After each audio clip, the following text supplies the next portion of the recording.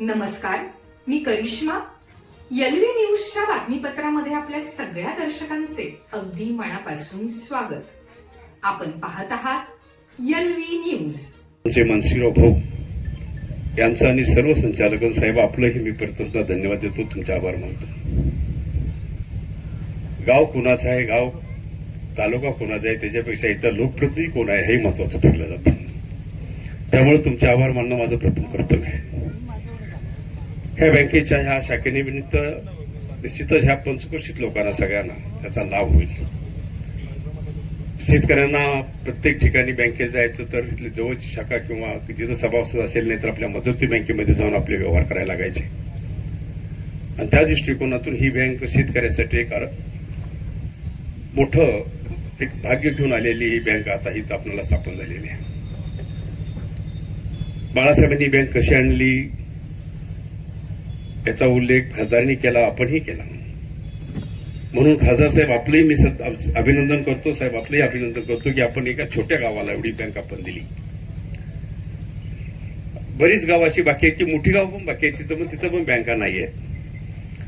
पण खासदार साहेब 10 बँका दिल्यानंतर त्यातमधले एका संचालकाच्या गावाला बँक आपण दिली. संचालकच पाहिजे असं आहे का? दुसऱ्या ठिकाणी पण बँक द्यायला पाहिजे. तर पुढचा नंबर दुसऱ्या गावाला द्यायला की आम्हाला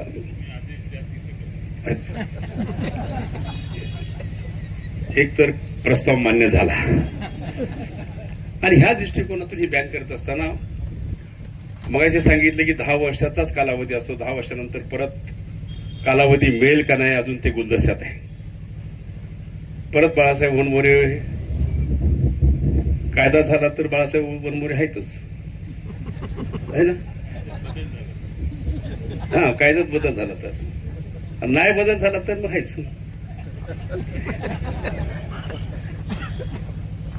कधीतरी चहा पाजा आम्हाला बँकेत, हा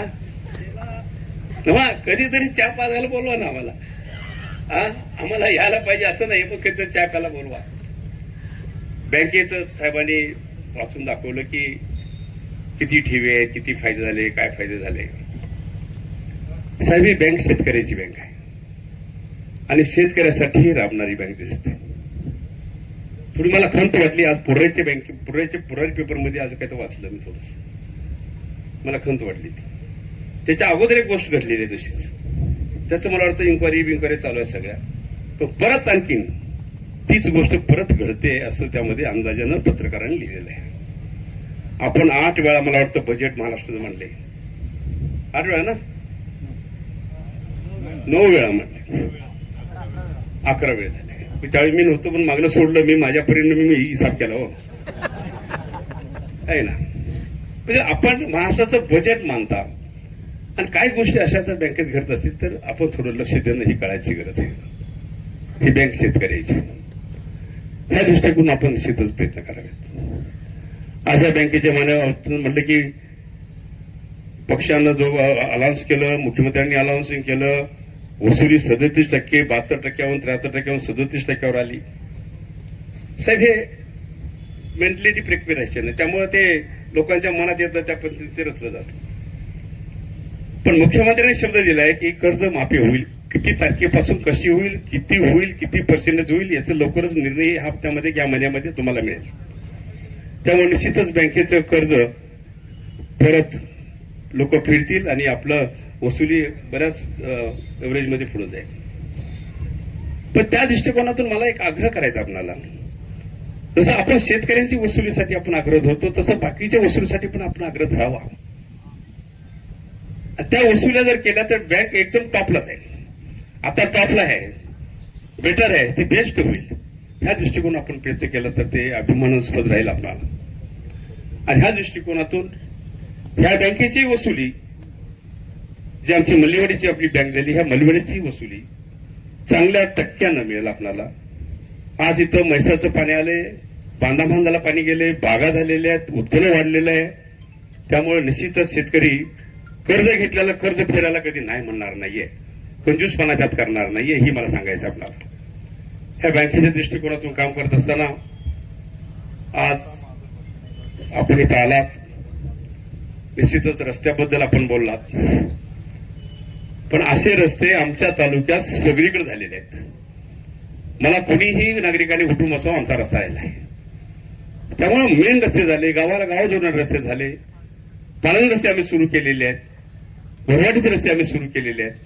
त्यामुळे रस्ते, पाणी, वीज, आरोग्य, शिक्षण ह्यासाठी आम्ही भरपूर इथं आम्ही काम केलेलं आहे. त्यामुळे जनता, तुम्ही म्हणला मगाशी की माझी विश्वासातली माणसं आता माझ्या दुसरीकडे गेलेत, थोडा फरक पडणार आहे.